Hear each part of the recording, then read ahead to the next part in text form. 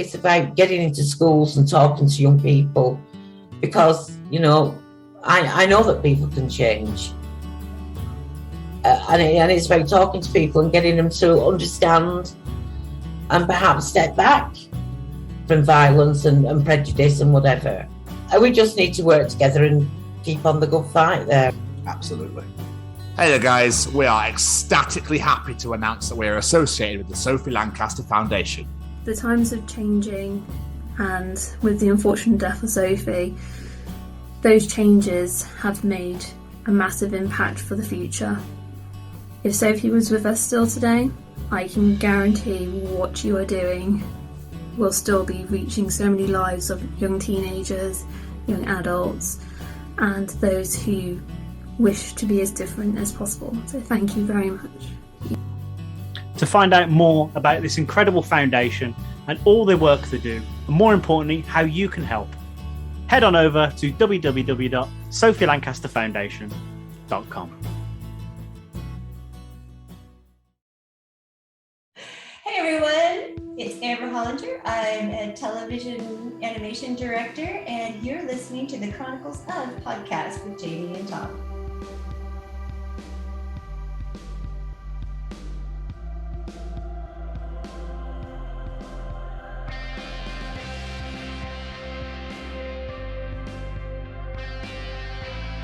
Hello, guys. Do you know what you used to do? Put up one hand, shake it about. Put up two hands, and shake that too. It's the Chronicles of Podcast. And we're back again for the 29th edition. The 29th, Jamie! 29! And I believe these are the Chronicles of Amber Hollinger. Am I right? That's absolutely right. Wonderful. Shall we get on to business? Please do, my arms are going to fall off. Cool. I'll manage. Hit it.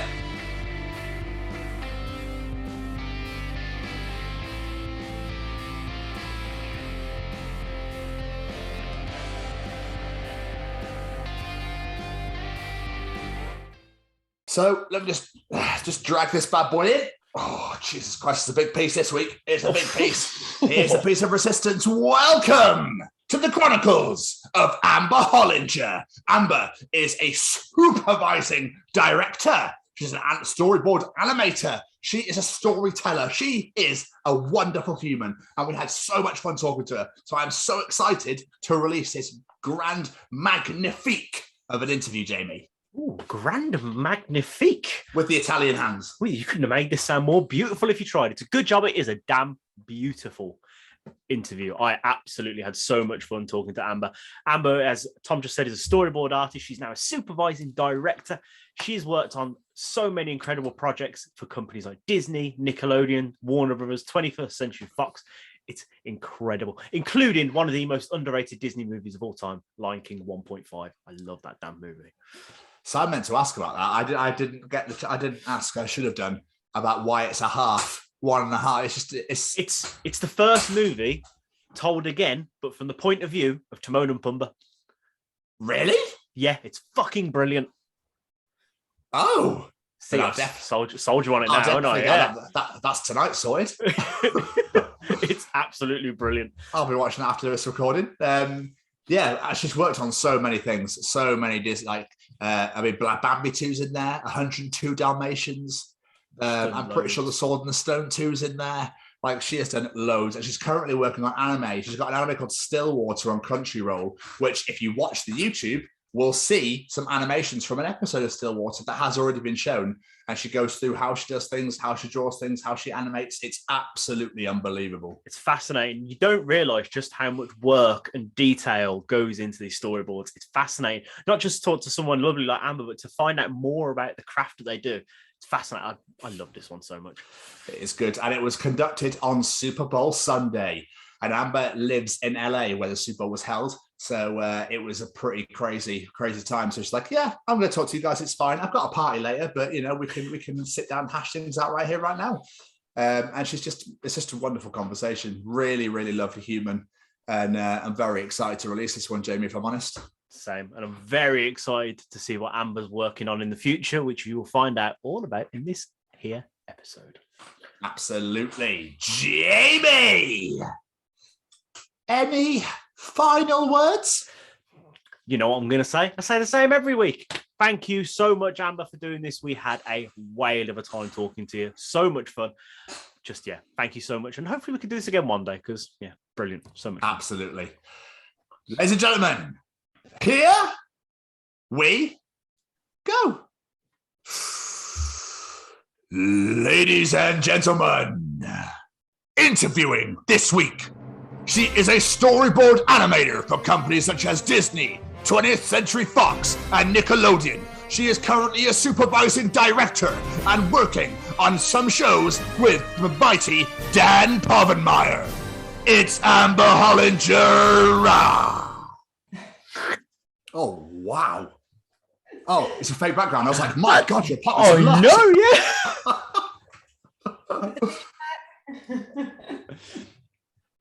Can you hear us, Amber? So nice to meet you guys. And you? How's it going? It's great. Are you well? Sunday. How you feeling? Much better, thank you. That was a whole thing. They weren't kidding. Like that's. I don't think I had Omicron. I think I had OG COVID because Omicron's supposed to be like a cold. Yeah. No. This was something of like other level, like demon kind of inspired. Didn't like it. I don't recommend it. Who'd you pissed off? Anyone? I piss off is what. Tom, well-behaved women rarely make history. That is. I think we can leave it at that, can't we? Yes. Nice talking to you guys. But I'm glad we could finally pin you down. It's good that we could get a date arranged and whatnot, and we can finally sit down and chat. It's going to be a wonderful hour and a bit of just excellent storytelling, I think. That's great. I'm excited. Thank you guys for being patient. I love hopping on with new creative people and just kind of gelling. I think it's great. Oh, we massively appreciate it. Tell me a little bit about you guys. Since you're strangers, I want to know a little bit about you. Oh, okay. Well, I mean, I live in Cardiff, Wales. Jamie was the one that asked me I've never done this in my life. When I was a kid, I just wanted to be a presenter. When I was younger, I thought it would sort of be a great idea. They never did. Jamie had his own little podcast on his own and then was like, fancy doing one with me? And now here we are. 2 years later. Yeah. Nice. Well, I just started my own podcast last year. It was something that I was really interested in too. Just wanted to see what it was all about. So I get it. I'm like a fledgling podcaster myself. What's it called? You guys have it a little more nailed down. You look a lot more profesh than I do. Maybe I stick to animation for my. What, is it just because of these? Like in your website and everything, like we don't have anything like that. You're too kind, Amber. Too kind. But everyone's got to start somewhere, as they say. What do you guys do in your day jobs? I work at a hospital. I'm not a doctor or anything. I'm just a porter. I move people around. So I'm not clever enough to be a doctor. I'm not clever enough to be a criminal.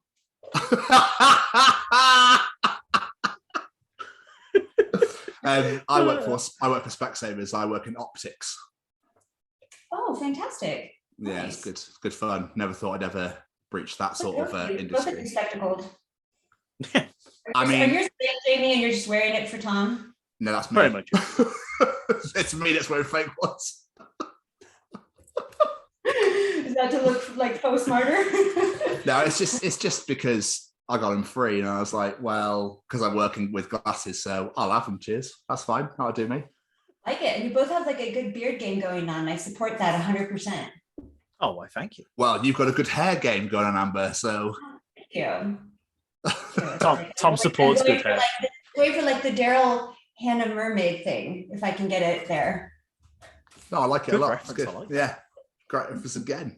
So basically, Amber, all we do here is Jamie does a nice little, beautiful little introduction to like bring us all in, and then we absolutely bombard the living fuck out of you with questions. All right?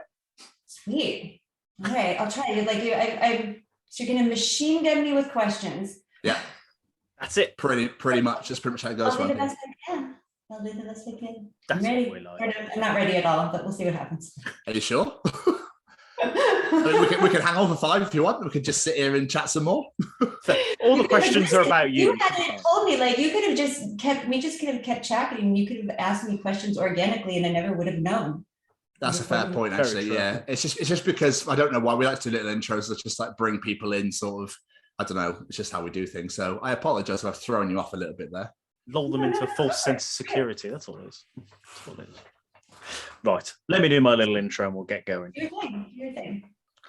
Ladies and gentlemen, today we welcome into the chateau a guest unlike anyone we have had before. Today's guest is an animation storyboard artist and director who has worked for companies like Nickelodeon, Warner Brothers, 20th Century Fox, and Disney, including working on one of my favourite Disney movies in the incredibly underrated Lion King 1.5. Today, we welcome the incredibly talented Peabody Award winner, Amber Hollinger. Hi. Hey. We finally got here. You guys today. Thanks for having me. Thanks for coming on. Yeah, so thanks for especially on Super Bowl Sunday. So thank you very much for that. Thank you. I got no horse in the race, really, no dog in the game per se. I'm a tepid Rams fan because I live in LA. I have to stay true to LA, right? Kings, Dodgers, Lakers, Rams. See, I'm a Steelers fan, so I hope the Rams go and absolutely annihilate the Bengals tonight. I'm quite excited for it. I do like a good underdog story, and I recall back in the 80s how exciting it was the last time that they were in Super Bowl territory and they had all the personalities of Super Bowl shuffle. I love that. So I have some affection for the Bengals. There's no hate going on there. Yeah, that's fair. I mean, because obviously, like, Joe Burrow tore his ACL last season. Now he's back and he's got him away to the Super Bowl. It's the first time since 1980, whatever. Hooray! But no, I want LA to just go and absolutely trample them. All I know is I'm staying out of downtown LA, just staying out of it. I bet it's mental down there, isn't it? Because obviously the Super Bowl is in LA as well, so that must be insane. Yeah, like during like pre-party down in Santa Monica, like all day pre-tailgating. I'm like, oh, that's okay. It's okay, no thanks. No thanks. I don't know. I like my throat just without a knife in it and salt. Who'd have thought? Good. Yeah, who'd have thought? So, Amber, anyway, we're here to talk about yourself. So first and foremost, how was your pandemic season? How was the last couple of years for you? You know, sadly, for somebody who works in film, at least in animation, I felt so bad for my live action counterparts who were struggling trying to keep things going and crews trying to staff. Animation just rocked the crap out of everything. We found ways to almost seamlessly within 2 weeks fully move our production to remote operations, and I've launched 2 or 3 productions now completely from home. Wow. Everybody, the entire crew, there's been 3 crews that I've never met them in person. That's nuts. Yeah. It's really, really weird. And so someone like me spends most of their time, like, no joking, 15 hours a day in your office, 6 days a week, or on set or in the studio or whatever it is. That's how much time I work, like how many hours I put in. So it's like almost the same for me because I'm just stuck in a cave for 15 hours and then occasionally go outside. So it was, it sucks not to be in that creative space with people in a studio. There's just something from being around, filmmaking is such a collaborative process, being around other artists and seeing their process and the brainstorming. It takes a lot more organization to do it remotely, but I can't complain. I've been able to have consistent job without any time off for a long time. So everyone stays safe and healthy and everyone's okay. Well, you know, a lot of people have gotten COVID, and personally, I only know 2 people that have passed from it, but were a little older with some pre-existing conditions. But for the most part, it's really, really fortunate if to just count the silver lining. I'm a very much a glass half full kind of person. I'm sorry for the loss there, but yeah, good. Sorry for the loss. That's okay. It happens. It's life. Could be. Sometimes I wish it was. So So take us back to when you were young, little Miss Hollinger. What were your career plans growing up? Did it always involve art or something along the lines, or was it something completely different? No, I'm one of those people that knew from the time I was 5 that I wanted to draw and make film. I didn't know what it was that I was doing, but I would draw little boxes when I was 5 and put stories in them. I didn't know that was storyboarding, but that's something I just naturally did. I have no formal education. I have a high school diploma, and I just learned everything on my own from the ground up. And I took it upon myself to educate myself. That's incredible. This makes the story even more like unreal. That you literally taught yourself everything, and now you're the director. Amber, I'm just gonna just bear with me a moment. That's fine. That's fine. I've always said maybe like the tiniest chip on my shoulder of something to prove. I went to 1 year of Cal Arts, which is a school for animation, but I was 17 and I didn't have money to continue. So I dropped out and kind of hoofed it on the pavement until I got a job at 18. And I've been working professionally in animation since I was 18. So I just took that opportunity to learn anything anyone would teach me and work hard. I'm not afraid of hard work. I put in the time, want to get better. I want to know everything. Like I want to know what you do, and I want to know what you do, and I want to know what you do, and I want to know how this all goes together. And then I also want to know, I want to know about the writing and how that happens. So I studied screenwriting and story structure to understand that, like the writer side. And then I'm like, I want to know the production side and not just the art side. So I wanted to study the business side of it, and, contracts and acquisitions and partnerships and umbrella companies. Like I wanted to understand how it all worked as a whole. I wanted to absorb the whole thing like an obnoxious sponge. Like the opposite of SpongeBob, who's like charming, and I was like, that's amazing. But where did that love of art come from that made you want to make a career out of it? That I can't tell you. It's kind of just was born. It was just hardwired into me that I couldn't do a 9-to-5 job. I just knew that I had all this stuff in me, all this, like I have anxiety and I have OCD and I have a lot of things that artists have, that your brain works a different way. And there's a reason I call it a tortured artist, because you're trapped in your head a lot. And so it's almost like your own mental therapy to take what's up here and get it out. It's your way of expressing if you don't feel like you have a voice. It's your way of outputting energy if it's like locked up. So it was just hardwired in. It didn't seem like there was anything else I could do. It's probably true. I love that. I'm only good at a few things, and everything else is like, it's a toss up. Like I'm good at being a good filmmaker, a good artist, and I'm good at being a mom. And that's I'm a good friend. Maybe 4 things.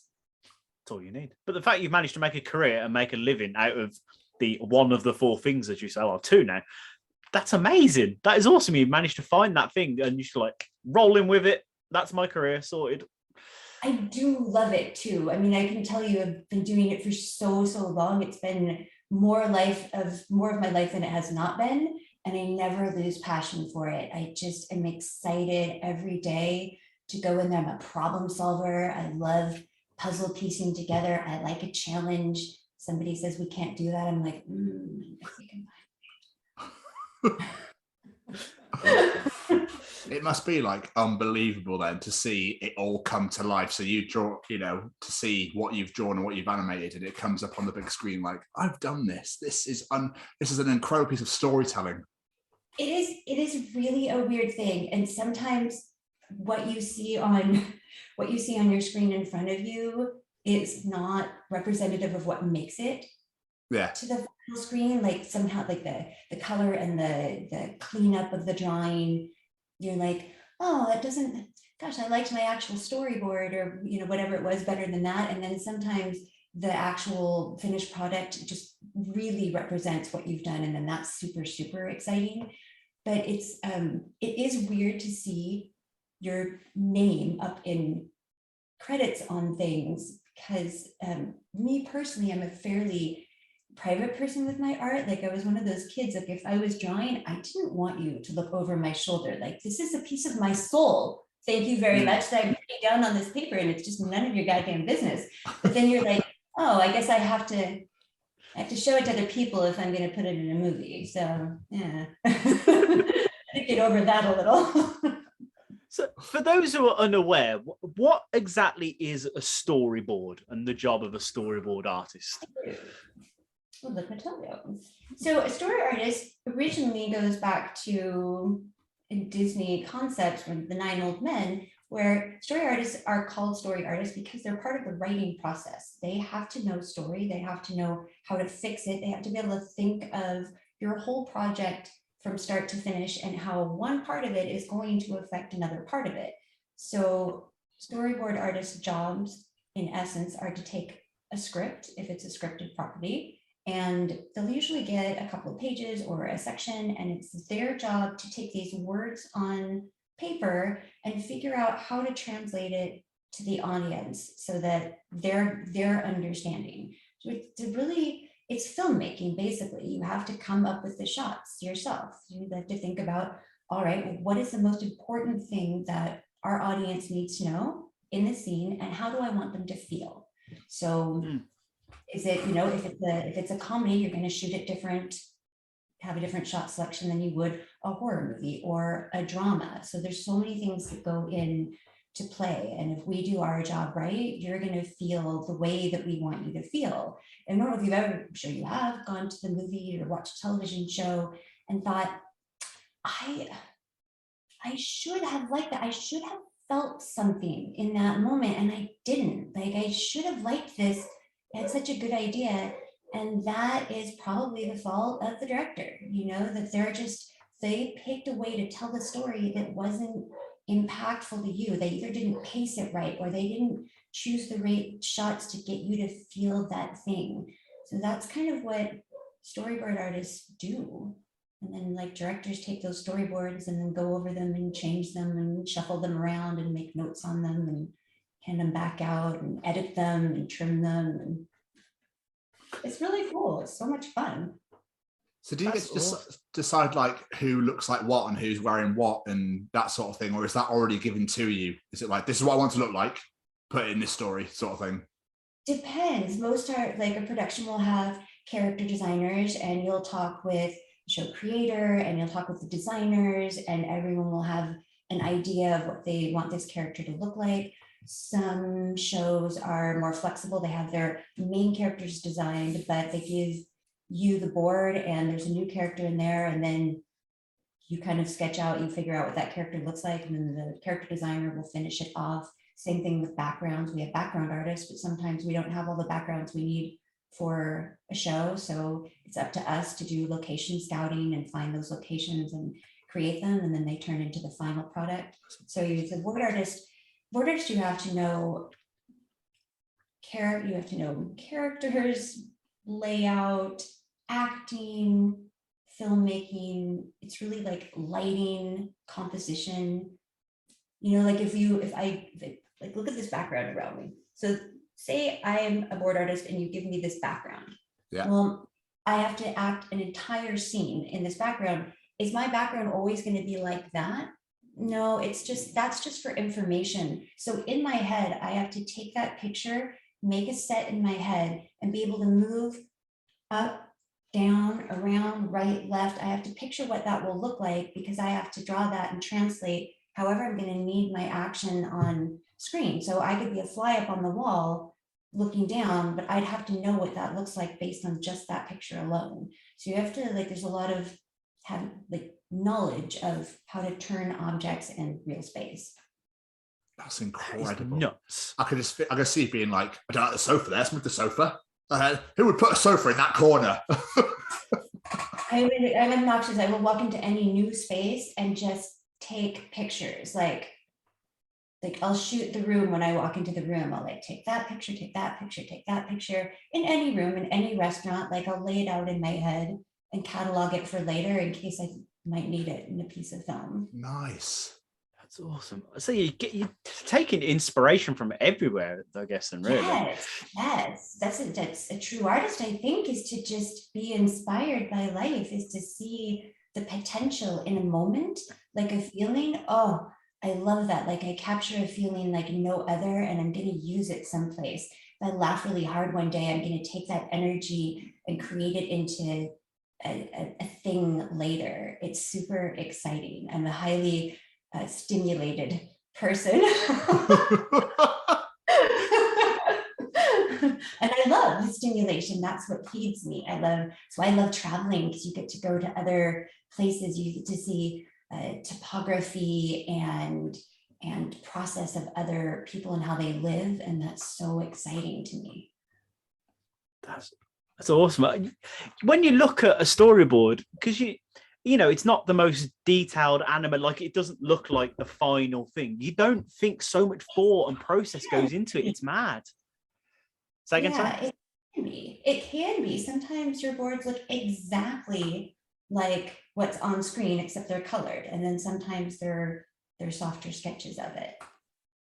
How do you know how much detail to put into a storyboard before you've gone like, okay, I've basically just given them an animation cell now, I've put so much detail into it?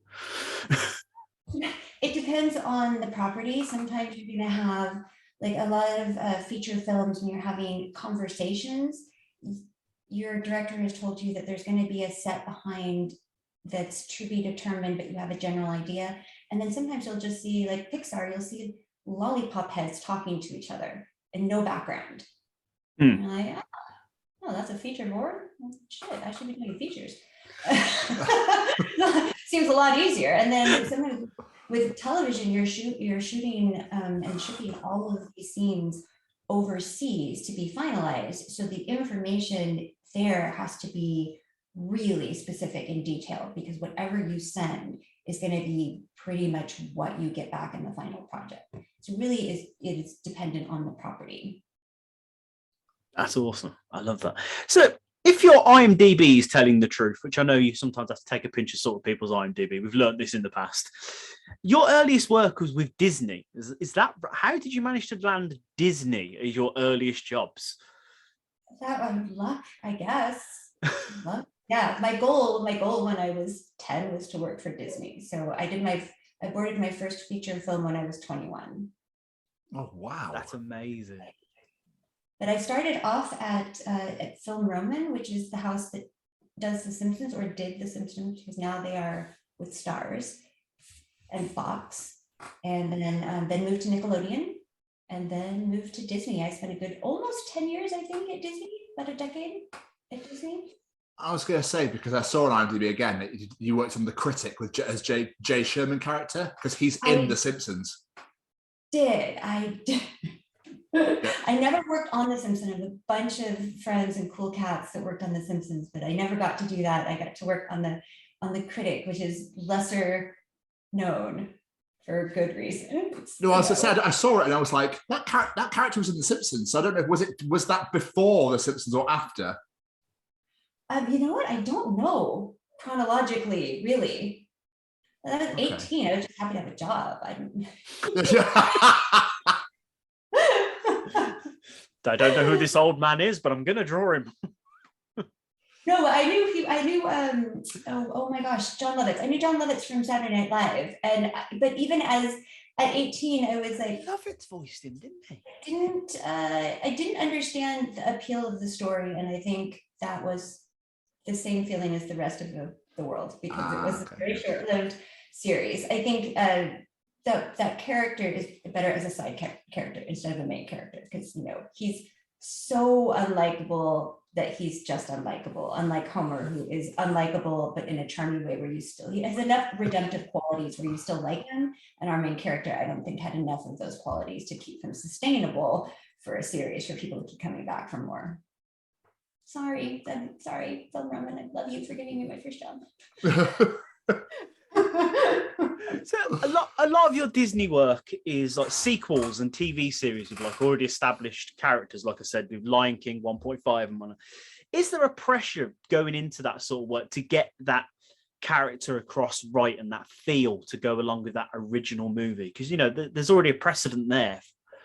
definitely a pressure, and you just know going in that this isn't going to be an Empire Strikes Back. Like, that like a sequel is, it's never as good as the original, and it's going to be highly scrutinized. So you just kind of know that going in. The great thing about it is that instead of working on, like, I've worked on 100 first seasons of something, and there's no template.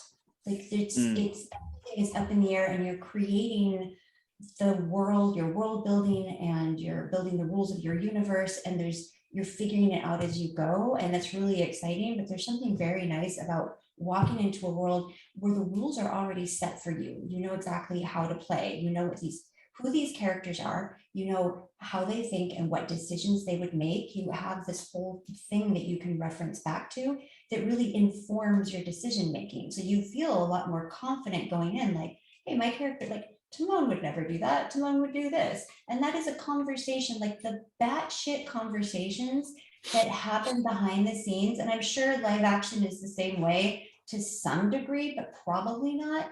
Like, we'll have conversations of, so if our shark is swimming underwater, like, do we need to explain to the audience that he's not a real shark and that he can talk, and how does he breathe underwater, or is he an air? Like, these are the silly things that you would think about when you're doing an animated show. Is our audience going to understand?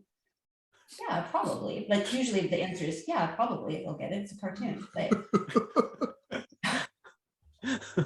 it's crazy. Like, would Timon make this decision? And you're like, it feels, as silly as it sounds, it feels very dire stakes in the writer's room, or when you're pitching for. It's like, would Timon really make this decision? Oh my God, can anyone hear us talking? Can you hear yourself talking? It's crazy. Now you've just said that, you brought up a good point. Obviously, you've been given your piece of the script, you've done your storyboard and whatnot. Do you then like send them off, or do you have to sit down with the director and go, like, we're thinking it goes from here to here, this is what happens here? Or do you have to like describe what's happening? Your board should say everything that you want to say. Like, you shouldn't, like, in features, we still do pitches where we like either show an animatic, or old school, we like pin drawings up on the board and like do a live pitch with them in features. And in television, your board is your board. You set it in front of your director, and you shouldn't have, if you have to explain what you mean, then you didn't do a good job, and you should go back and reboard that, because I should be able to look at your boards and know exactly what you're saying. Like, here, let me screen share with you. Ooh. Yeah, you can let me know. Yeah, there we go. Can you see my board over here? Yeah, absolutely, yeah. Okay, so this was an episode of Stillwater. I don't want this. Oh my goodness, where are you? Here. There we go, so you can see a little bit better. So every opening is kind of a close-up on something that you don't know what it is. And this whole game is about one of our main characters, Carl, being frustrated that he can't play this toy, and he doesn't want to let his sister play, and he's just super, super frustrated. So this is a little bit later. There's this game, and Carl is super frustrated. So this is the level of clean or rough that I used for this board, where he's just like, oh, I'm just so sad. And then we open up and we see Addie at the front door. So this is really, really loose. But you can see exactly what is supposed to be coming across here. I want camera view. This is, thank you. There we go. I'm like, why is it jumping all over the place? So you can see, like, there's a lot of it. Like, you know exactly how Carl is feeling here. And he's like, I've not finished Addie, and she's gonna come over and comfort him. This is how rough I did this particular board. When you think about the shots, like, this is a Japanese inspired property. So I took Japanese filmmaking in consideration when I picked my shots. These kind of low angle Zen kind of things, like Japanese storytelling is very rooted. They love to get you low on the floor and observe something. So that was relative to this particular property. Would I use this for everything? Maybe not. every show has its own set of, yeah, I love that John. Has its own set of rules. So this one, I didn't feel like this is a CG show. So we're gonna have rigged models, like built, fleshed out models that are 3D. And if I had put more detail in here, it wouldn't have mattered because this is going to be replaced or has been replaced. I can only show you because this has been on the air already. Okay.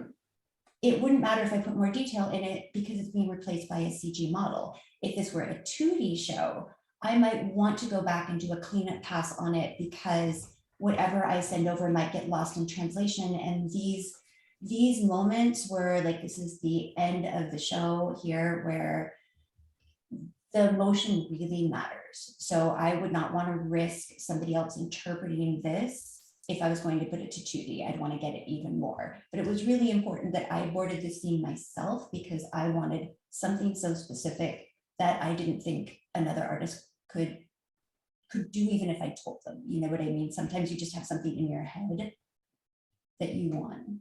Yeah, I'm with you. That's amazing. Because like you said, you know, you said yourself that is a basic story, but you can see everything you're trying to get across in that.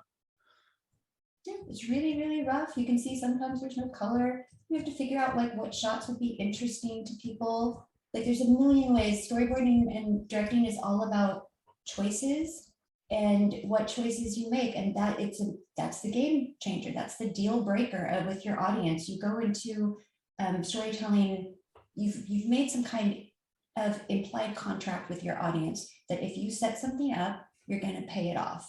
That if you make a rule that you're not going to break it. So you have to respect your relationship and the contract you made with your audience. That's amazing. Is there like a sort of like you'd be able to tell it's an Amber Hollinger drawn storyboard sort of thing? Like, do you have your own style or is it very similar to other storyboard artists as well? Every single person draws differently. Everyone has their own style. So like when I got my team, I'll know, you wouldn't have to tell me who drew it. I'll know, just everybody has their own little stamp on it. Sometimes when I show other people like a complete board with a bunch of different people's work in it, they can't really tell, but artists can tell for sure. But yeah, my boards, or at least I think that I had a distinctive style that was different from other people. That was awesome, by the way. I thoroughly enjoyed it. That was incredible. Oh, I figured like sometimes I'm a visual learner, so like maybe just easier to show. Absolutely. Yeah. We're the same. Yeah. So then in that program that you saw, there's a place for music and dialogue. So I could build a whole show in this program and edit it. And so further iterations of this would have been edited with dialogue, and there's a place where you write the dialogue so that you know exactly what the character's saying at one time. Most of the time now you are building an animatic, so you're building like a rough cut of the film that's edited to the pacing that you want, that has like scratch takes or even the voice actors in there so that you can just play it and get the idea that that's what your final product is going to look like. That's amazing. Talk about art styles. Like several of the projects you've worked on have their own look and styles. Like Disney has their own look. You worked on a Lego movie that has its own look. Same with the Postman Pat movie you worked on. How do you adapt to those like different art styles? Because I know a lot of artists have their own style, but obviously when you're drawing Disney, you've got to draw in the Disney style.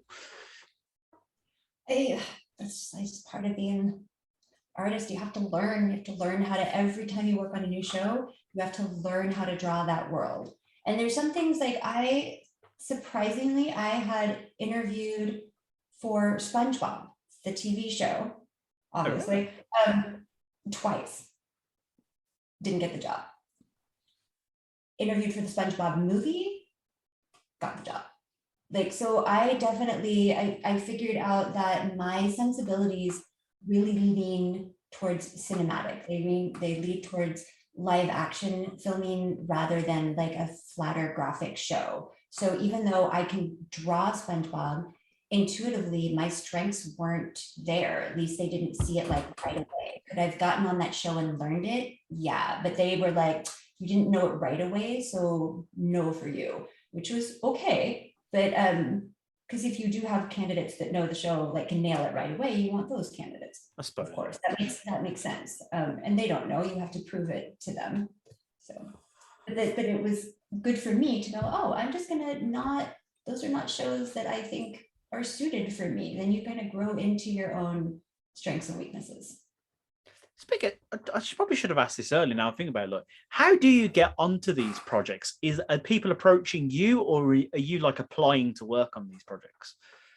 Both. Luckily now in my career, most of the time I'm getting approached for things that's hard earned. That's well earned. But I'm just like, entertainment is, you have to be a really specific personality type to survive in entertainment. You are only as good as your last project. You have to stay relevant. You have to continue your skill building. Your job is cyclical. Your job could be 6 months, it could be a year, it could be 2 years, it could be 1 month, it could be whenever that job is over, you are hustling to find the next job. Because like, let's say you are at Disney and your movie ends. Well, at the time that your movie ends, does Disney have another project that is in point of production where they need artists? Maybe not. If they don't, you're out. If they do, they'll try to place you if they like you, but you can't count on that. So it's I think I have, like 35, 40 properties that I've worked on in my career, probably because I started so young, but that you can see you could work on 3 or 4 projects in 1 year. So you're saying before that like you get a section of the script. So how long will it take you to get that section of a script to a finished piece ready to go? Depends, but like let's say it's an 11-minute short. You have 5 weeks from start to finish to nail down the entire episode. So you only get like a week or so, if sometimes not days, to get out a skeleton version of what's there. You become really adept at doing it, but it's hard. Like if you have an action show where you have to map out action, that takes time. And production, like television production schedules, are lightning fast. The turnaround time is insane.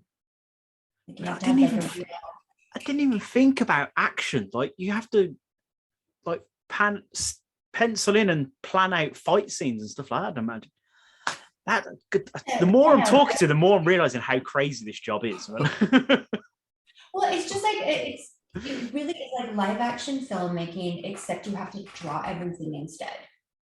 So like if you were a live action film director, you are going to get that script and you have to make decisions about what that's going to look like to your audience. So you're going to have a room like that one, but instead of having to draw all the action and plot it out, you're going to plot it out with your crew and your cameraman. You're going to make marks on the floor for your actors to stand on. And then you're going to tell them, this is what has to happen for this scene to work.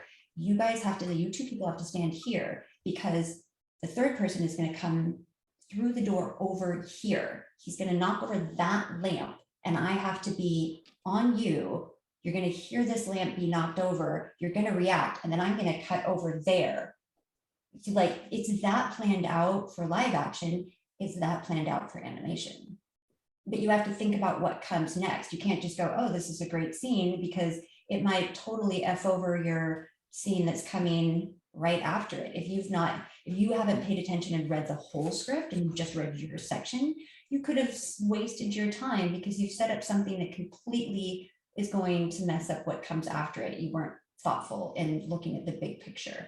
And that's one thing that as a storyboard artist, I just loved big picture, which is how I eventually moved to directing, because I would not just read my section, I'd read every script, not just my script, but every script in the show. And then I'd go to the background people and be like, what are you doing with this? And how are you doing with this? And so when we'd have story meetings, I would be like, well, why don't we just use the background from script 3? Because we've already set that up. We could economize that set. And then we've already had this story arc, and we could have a reoccurring gag that could happen over here. And I started realizing that I was thinking outside of just the episode, and I was thinking about everything. And then I went, oh, maybe I tried that. I think I'd like to try everything.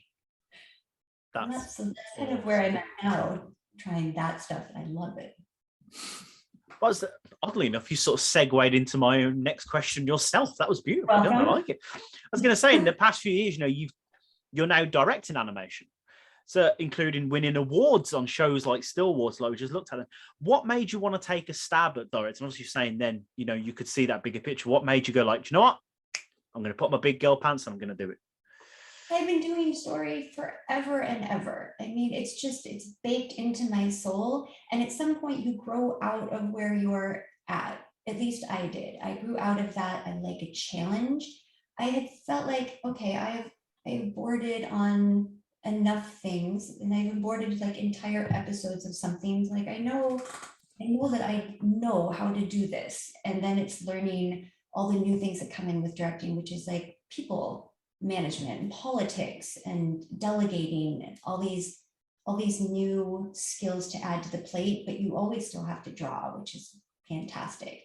You still have to, like a live action director will jump in front of the camera and show an actor what he wants them to do. I still have to jump in front of the camera and show my team what I want. So I have to be able to sketch something out. I want this scene. I'm talking about this emotion. I'm talking about this setup.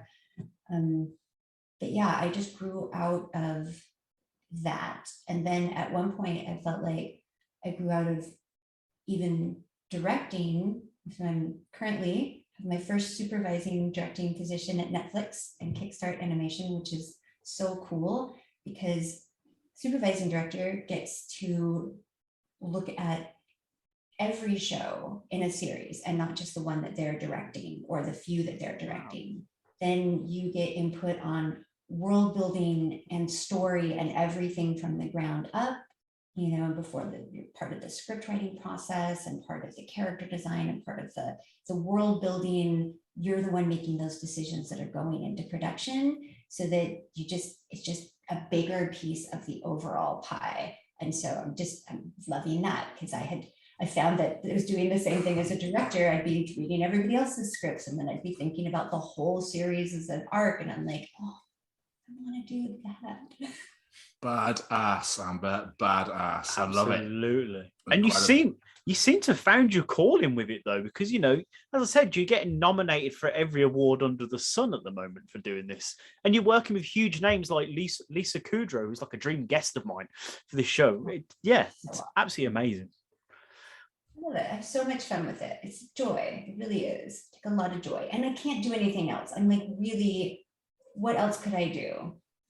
Nothing. Like this is like all you've known. Yeah. So I've supposed to be doing this since you were like a teenager. So incredible. But tell me about what Over Animated Productions then. Is that a company of yours, or you just called your website this? It's my name. I've always been like, over animated is probably a good adjective for me. I like it a lot. Yeah. It's very descriptive. But when I was thinking of, it really is just trying to sound more legit when you have my website is just Over Animated Productions. My email is Over Animated Productions. I don't really produce anything. I am not a company, even though you can buy my services. That sounds really seedy, but but that's what it is. And but someday I wanted that name, because someday, who knows what, with Over Animated Productions, maybe it is something someday. But right now it's just me. That's cool. It's just a cute name. It's fun. It seems more legit if you're going to look me up and be like, oh, Amber Hollinger at Gmail, or Amber Hollinger at overanimatedproductions.com. That sounds nice. You're right, to be fair. Rolls off the tongue. Oh, French kiss, I like. Oh, good.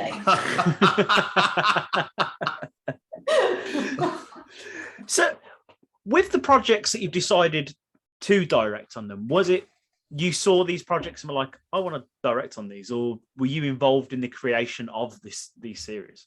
No, not a series creator at this point, but I've got my own projects. Maybe someday they will be brought to fruition, maybe not. I do have a really strong skill set in taking someone else's idea and filtering it through my lens and making something good great. Like I have just a strong like script doctrine, finding where the weak points in the story are and fixing them, finding the weak points in character or layout or whatever it is and fixing it. So I have a definite gift there. And as much as I'd love to be a creator of something, I'll see, like maybe that isn't my calling. Maybe that's where I've ceilinged out. But I do have my own ideas. And once I felt like they were like flushed out enough that I would want to execute them, that could be something later on to explore.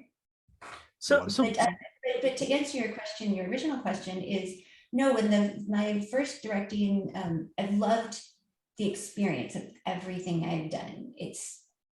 Whether it was challenging or fraught with roadblocks or whatever the project was, I learned something invaluable on each one and have nothing but gratitude for the opportunity to have those experiences. So again, glass apple, that circles back around. And but my very first directing job, I just wanted to do it. Like, if you haven't directed before, does somebody want to give you a chance to direct? I don't know, not if they can find anyone else. So I have a feeling that my first directing job was because they were desperate. I could not find anybody else, and I was willing to do it. And I will take that all day long. I don't care how I get my foot in the door. I'm going to get my foot in the door. I'm going to get my big ass in the door, and I'm just going to start doing stuff. So, and that was really what that was. You know, I was grateful for that opportunity, and that's what I needed to take the next step. Absolutely, but like we said, it's definitely paying off. So it's a good job you did throw your foot in the door, really, because it's paying off for you. So in your original email, you said to me, you said that you're working with another dream guest of mine in Dan Povenmire and his new series for Disney Plus, Hamster and Gretel. What can you tell us about this? Because I am horribly intrigued, because I love me a bit of Phineas Ferb. Oh, well, you will not be disappointed. I met Dan when I was 18 at Nickelodeon. So we worked on Hey Arnold together. He was my director back then. And then all these years later, I mean, I was a storyboard revisionist at Nickelodeon at that time. It was my very first storyboarding job with Nickelodeon. So even though I worked at Film Roman, I was doing character layout. So I met Dan then, and he's just a special kind of energy. And this is pre-Phineas and Ferb, but he had this cool band that we would go to see called Keep Left. And do you guys know the Bare Naked Ladies, that band? Yes. Okay, so it's very much that vibe where it's great musicians who just have really kooky, fun lyrics that like it's got its own vibe and energy, and that's what Keep Left was. And Dan, writes all the music for his shows. Like, he can sing, he can play, he writes music. He's like an octa-threat. He can board, he can direct, he can design, he can do it almost makes him unlikable, because he's just he's so unbelievably talented with all the tentacles he has that reach out to do this. So coming full circle and getting to work on his new project, I was thrilled, because I knew no matter what, it was going to be the kind of smart humor that I like. I have my own brand of humor, but I like smart humor. I don't like low-hanging fruit. I like things that are complex and layered. And anyone who watches Phineas and Ferb, even as an adult, you have to appreciate the story, like the storytelling. If you watch more than a few episodes, you start to understand how layered and complicated this world is for these little, like triangle head characters, and how brilliant the infusion of music is brought to the world and how purposeful it is. And it's just so great. So I was not disappointed, and no one else will be, when this hits the air in July on Disney Plus. Hamster and Gretel it's billed as a sibling superheroes show, but at essence, it's a story about the relationship between a brother and a sister, one who gets superpowers and one that doesn't, and how that affects their relationship and how they work through that. And so everything, when we've talked before about when you're storytelling, it's all about making decisions. Knowing what your story is about helps eliminate some of the decisions you might make. So if you're getting lost in a script or a story, you can go back to what the core of the story is about. It's about Gretel and Kevin, this brother and sister, and their relationship. So if I'm making a decision that doesn't really feed back into that narrative, I'm probably off track. Let's make a decision that actually focuses back on that relationship and how that's affected. It's so effing funny. It's so kooky. I'm just really, really, really excited about it. It won't disappoint. I'm so excited. It really is. I'm so excited. Like there's some things that you resonate with more than others, and you work on a lot of properties and you have some personal investment in each one, of course, but this has a lot of, I was able to put a lot of heart into it, and Dan gave me a lot of freedom to just do what I wanted with his scripts, and then it was just a really nice partnership. Amazing. Phineas and Ferb, I used to watch with my eldest son all the time when he was younger, and he still loves it now when he's 16. And we interviewed Jarrett Reddick, the singer from Bowling for Soup, on this show, and pretty much instantly I was like, tell me all about your experiences on Phineas and Ferb. I need to know all about it because the show is amazing. It's just, I'm so excited to see Dan's doing something else now. I can't wait. It's great. It's really, really good. So you alluded to earlier. Oh, sorry. I said I wouldn't just say that. I know I would have to say that, but I really do believe that. So you alluded to earlier you're working on a project at Netflix. Yes, I can't say too much about it because we haven't been announced. All I can say is that Netflix and Mattel have partnered up to do a set of miniseries, and that's kind of all I can say right now. And I will be series director on those. Amazing. Now you've thrown the name Mattel in there. I'm painfully intrigued. Because I know they've done great work with Masters of the Universe lately. So I'm like, what are you doing now? Netflix is they're just off the chart. They're just really doing great stuff. I love, the Kevin Smith's reinterpretation of Masters of the Universe. Totally love that. I'm a huge Kevin Smith fan from back in the day. Like he does not disappoint in any way, shape, or form. And I love how if you are going to take an old IP like He-Man, something that back in the day was that deep animated photocopy running towards the screen over and over, it was the same show day after day, and the characters didn't have a lot of backstory or agency. It wasn't very deep, and to take something like that and go, okay, this is pretty dorky old property, right? And then to give it new life with meaning and flesh it out without it feeling like you're spoon feeding messages to your audience, and without it feeling it feels current and relevant. Like it really was worth doing. So I'm super happy. And then the infusion now of not out yet, but Magic the Gathering is now going to be a series. Yes, I heard that. Yeah. They just are wrapping up production on that right now.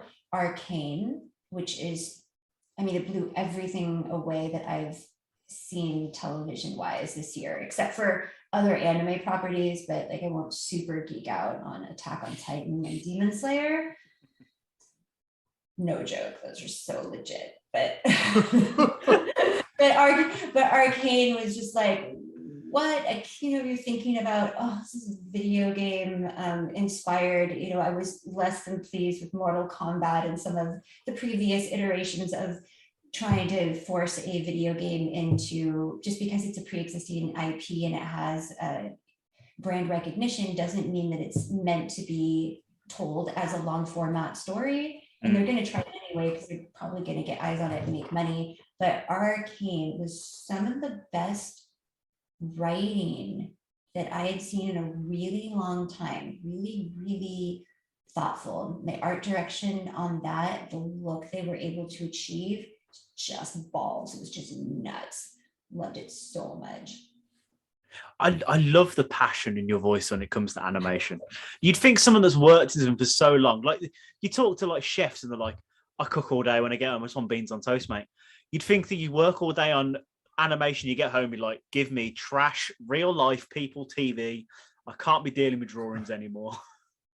Well, I will say in general, I am apathetic about very little. I am a passionate person because I don't know. I think that's more enjoyable. I have a lot, like I just take passion in everything. So my work is no different. I love that. So you mentioned earlier when we first got started here that you've had a podcast for the past year. I have. It's fledgling. I got a full-time gig making these cartoons. So it's something that I don't get to as often as I'd like, but I absolutely love it because I love talking about film. So I created this podcast called Film Fight, and I've got these amazing co-hosts who help just make it fun. Like they're the fun. I'm like the studious. I'm the straight man probably, and then they're all fun. Co-hosts, I've got Zach Becerra, who is a writer and podcaster in his own right, and then I've got Steve Walter, who is an Emmy-nominated sound engineer.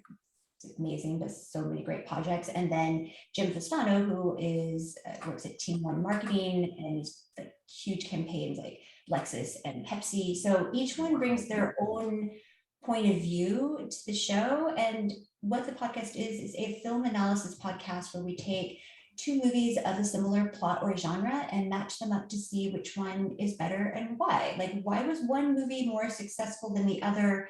They were so similar, like Deep Impact and Armageddon. They were so similar, and one was clearly better. You know, so we take just so much fun with it. We did Wyatt Earp and Tombstone, both Wyatt Earp biography stories that took some, creative license.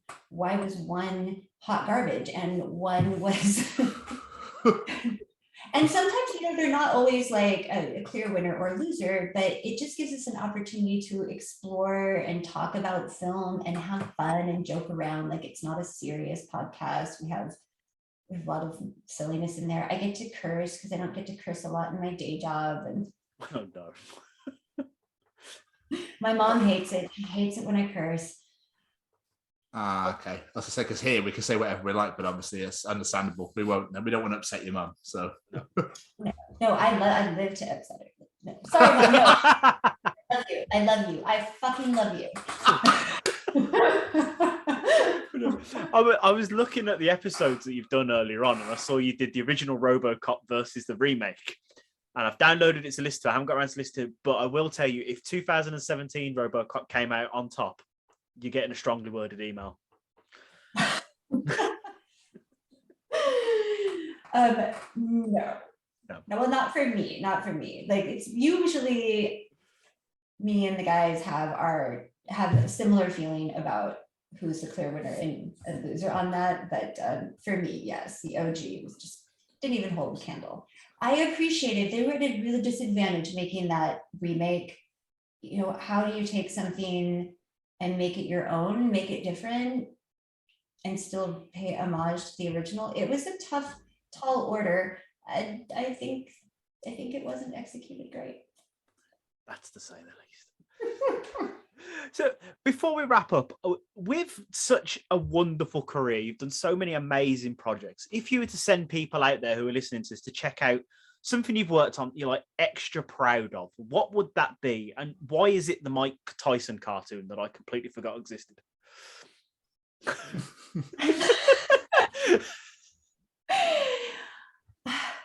When they say when you are trying to make yourself a brand and put identifiers to you so that people know what you do, I'm the worst at that because I love doing everything. I love all genres. I love being able to move from a preschool show to a rated R show. I want to be able to experience all that. I like drama and chopping people's heads off and impaling them. And then I also like teaching them thoughtful Zen lessons when they're teeny tiny. And I want broad comedy, and then I want reined in adult comedy. I want a 3-camera setup, and then I want a cinematic universe where I can move my camera anywhere I want to move it.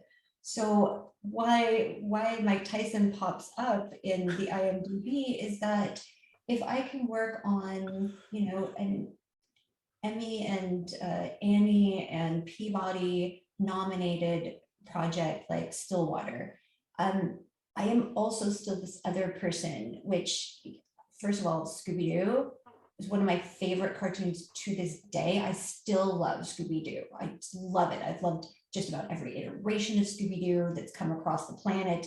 I'm a deep fan. The only reason I worked on the Scooby Lego movie because I just had to work on a Scooby project. Basically, Scooby Doo was swearing. It was perfect. It's it's shooting in live action. Like everything is like I could use shots from Breaking Bad if I wanted to, and then I could curse and have these adult situations and flex these other muscles. And I loved the writing. It was surprisingly funny. It was really funny. I really, for all the public scrutiny on Mike Tyson, certainly there's some debatable things. Me as a woman, there's some things that I'm not loving about his past, and then also watching that journey and evolution as he gets to know himself and change as a person and be able to have a second chance and realize the kind of person he was. And that's also kind of a gift. And then to be self-effacing enough to do a project like that, I gave him a lot of credit for that. Sorry, I threw too much deep on that, which was I like it.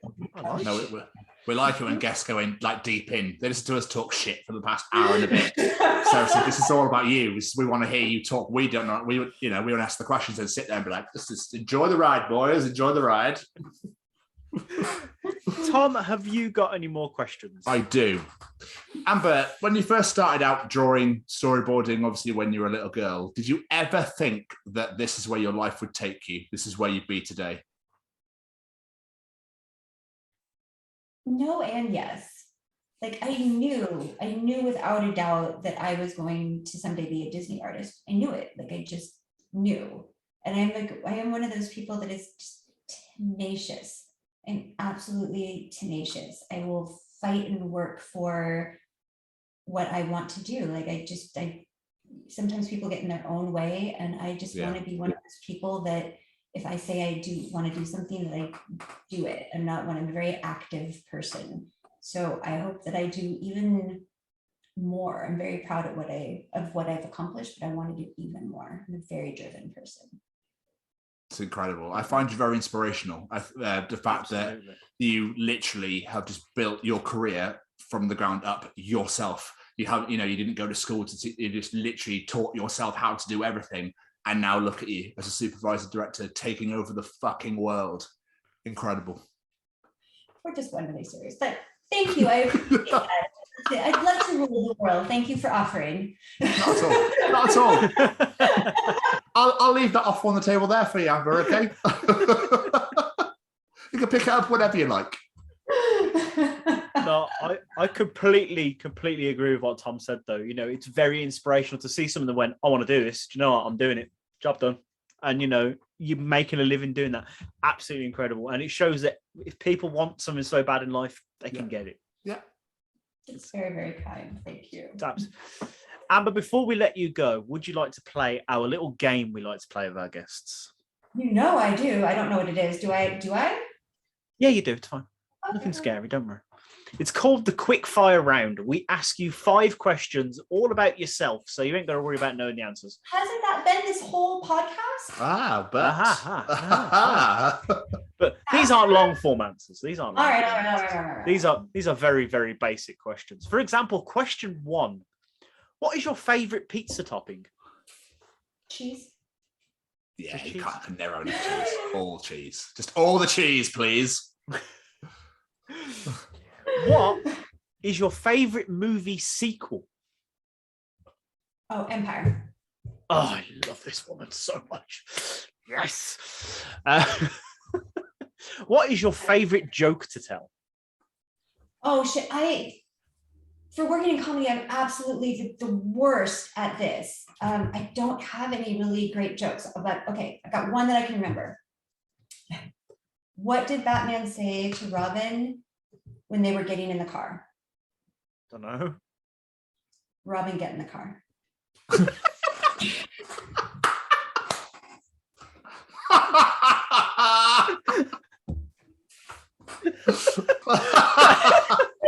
I love it. I love basic. I love it. Brilliant. It's so stupid. I love it. Phenomenal. I'm stealing that. That's amazing. Oh, if there was to be a movie about your life, who would play you? Oh, God. Oh, shit. I don't have. Oh, Leslie Mann. I know that name. Why can't I put a face to Oh, Judd Apatow's wife. She's in all of his movies. She is funny and quirky and gorgeous. Like, I'd be honored if she would play me. I'm going to have to look it up because I know the name. And it's just... Yes, I know exactly who you mean. Yes. She's amazing. She's amazing. Yeah. Obsessed with her. I know exactly who you mean. Last but not least, if you were to get in a time machine and go back and give one piece of advice to young little Miss Hollinger, what would that be?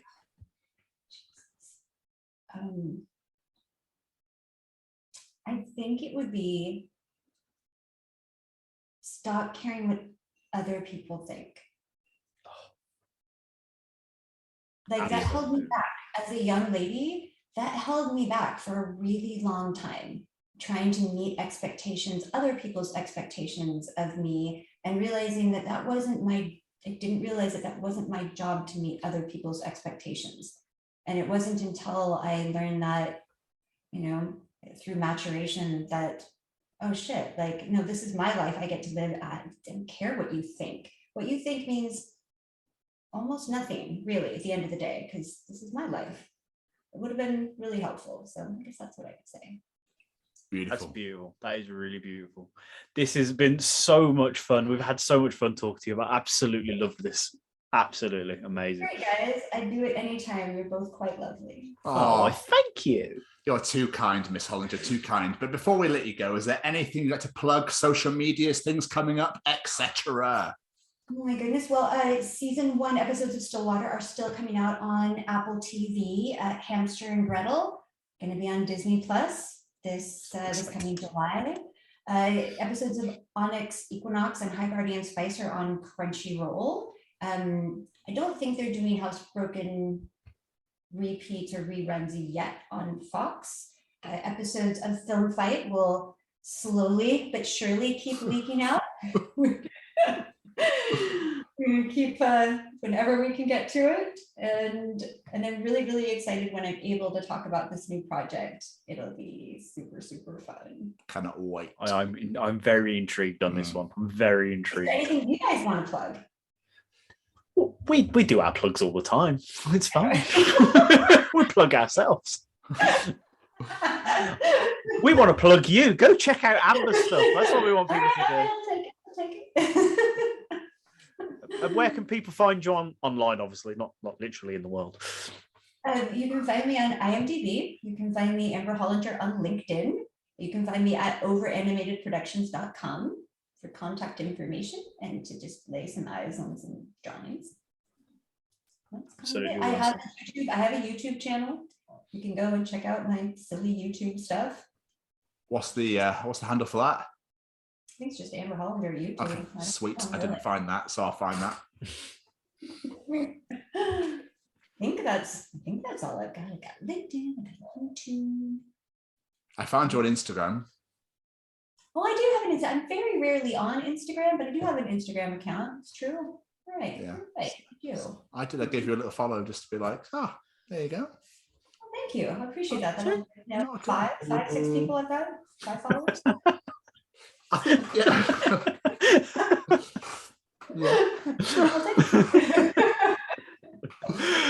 Amazing. Everyone go follow Amber. Let's boost those numbers up.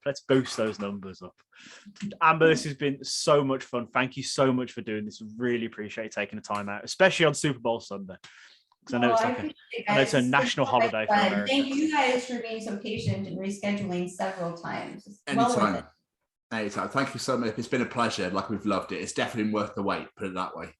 Absolutely. Beautiful. Thank you Amber, guys so much. absolute It was so much pleasure. fun. It was thank you. We had so much fun. We appreciate it. You take care. Enjoy the day, and let's go Rams. Bye, Amber. Bye. Bye.